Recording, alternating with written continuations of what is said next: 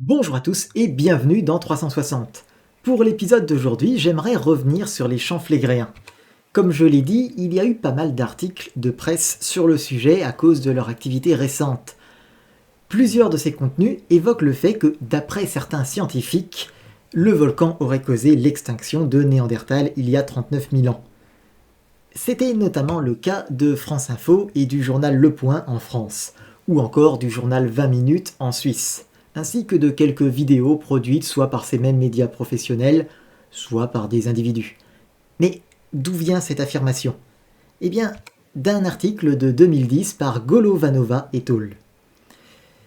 Je ne vais pas vous lire l'article, ce serait trop long, mais voici un extrait de son résumé traduit en français.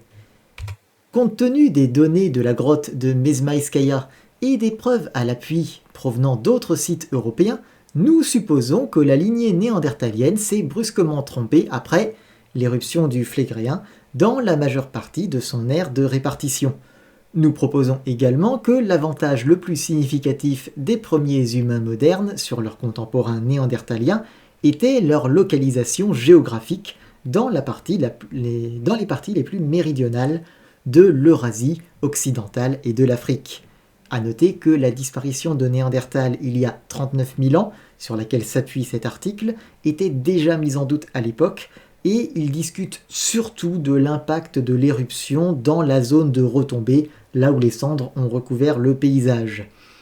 Plusieurs articles vont venir renforcer l'analyse de l'impact de l'éruption sur les environnements européens, et même montrer que cet article avait sous-estimé la destruction. Mais dès 2012, un article d'anthropologie conteste la partie anthropologique de l'analyse. Déjà parce que dire qu'une catastrophe naturelle a anéanti complètement une population, c'est du catastrophisme. Et dans la pratique, ça marche rarement. Rien que pour Néandertal, c'est très loin d'être la première fois qu'une catastrophe naturelle est proposée être à l'origine de sa disparition. Sauf que une catastrophe naturelle, c'est rarement suffisant pour impacter significativement une espèce vivante, surtout quand on parle d'opportunistes comme les humains. Justement, cette publication, Lowe et al. 2012, montre que les populations situées dans la zone affectée par l'éruption, qui était déjà un mélange de sapiens et Néandertal, contrairement à l'hypothèse initiale, n'ont globalement pas été affectées par l'éruption. D'autres études vont se succéder avec toujours les mêmes conclusions. À moins que l'éruption des champs flégréens n'ait directement détruit la population, cette population traversera vraisemblablement la crise comme si de rien n'était. En fait, c'est logique.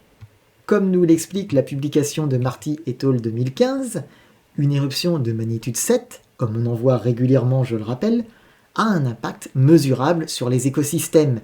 Et les études en mesurant l'impact de cette éruption sur les écosystèmes européens nous montrent qu'en dehors des zones directement détruites, l'impact de l'hiver volcanique n'est pas supérieur à la variabilité naturelle du climat. Oui, l'éruption crée un pic de froid, mais celui-ci n'est pas forcément pire que d'autres pics de froid survenus pendant les décennies précédentes ou pendant les décennies suivantes. Et il est largement moins important que les pics de froid qui ont pu affecter la région à l'époque du pic de l'ère glaciaire, quelques millénaires plus tôt, période pendant laquelle Néandertal a survécu en Europe. Des deux espèces, Néandertal est la plus adaptée au froid, pas Sapiens. D'où le problème d'une hypothèse qui propose que l'hiver volcanique a détruit Néandertal et permis à Sapiens de s'installer. En fait, les auteurs susmentionnés ont même proposé l'inverse. Les régions les plus affectées par l'éruption et qui ont, elles, subi l'extermination de tout ou partie de leur population néandertalienne comme Sapiens, étaient des zones plus faciles à repeupler puisque dénuées de compétition et auraient attiré les migrations Sapiens. Diminuons donc pour un temps la compétition avec les derniers foyers de peuplement néandertalien. Car c'est là le cœur de l'histoire. Néandertal déclinait avant l'éruption et continuera de décliner après celle-ci. Il n'y a pas de baisse brutale du peuplement néandertalien suite à l'éruption. En fait, une des zones refuges des Néandertaliens était l'Adriatique, directement dans l'axe du nuage de cendres. Et d'après les résultats publiés en 2019 par Winchevsky et Toll, ces Néandertaliens n'ont laissé aucune trace qui indique que l'éruption les a affectés significativement. Pour autant qu'on le sache, dès que Néandertal et Sapiens sont en compétition, Néandertal décline. C'est donc plutôt dans cette direction qu'il faut chercher l'explication. En tout cas, une fois de plus, ce n'est pas le catastrophisme qui nous fournira la solution à l'extinction de Néandertal. Donc, non, Néandertal ne s'est pas éteint à cause des champs flégréens. D'un point de vue scientifique, il n'y a rien de spécial dans cette histoire. Des scientifiques ont émis une hypothèse de travail sur la base des résultats partiels disponibles à leur époque. Mais il fallait vérifier. Des études postérieures, sur la base de résultats plus complets, ont invalidé cette hypothèse. En fait, aujourd'hui, l'hypothèse extrême est même plutôt l'inverse de l'hypothèse originelle. L'éruption des champs flégréens d'il y a 39 000 ans a peut-être permis à Néandertal de tenir un peu plus longtemps sa compétition avec Sapiens en détournant les colonisations Sapiens. C'est le fonctionnement normal de la science. Les hypothèses sont faites pour être vérifiées. Si l'hypothèse est validée, elle est intégrée aux théories. Sinon, elle est rejetée et on propose de nouvelles hypothèses. Tout le reste n'est qu'un emballement des auteurs de vulgarisation, comme cela arrive trop souvent.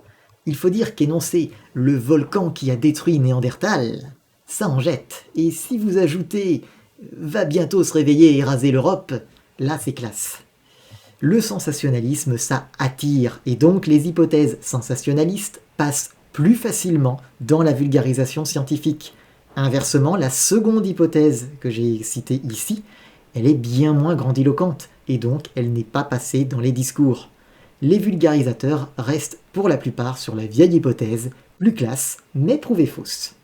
C'est surtout pour ça que j'ai décidé de parler de ce sujet, pour aborder le fonctionnement normal de la recherche scientifique et vous mettre en garde contre le sensationnalisme, en l'occurrence le catastrophisme, dans la médiation scientifique.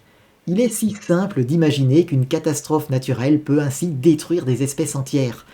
Mais en réalité, c'est rarement le cas. Il faut la plupart du temps plus d'une catastrophe pour mettre à mal les lignées du vivant, car elles évoluent depuis des milliards d'années sur Terre. Et sur Terre, les catastrophes naturelles, elles font l'ordinaire. Comme je le disais dans ma précédente vidéo sur les VEI, une éruption de VEI 7, comme celle des champs flégréens il y a 39 000 ans, il y en a 2 par millénaire en moyenne. Le vivant est habitué à ce genre de catastrophe et il faut généralement plus que ça pour le perturber.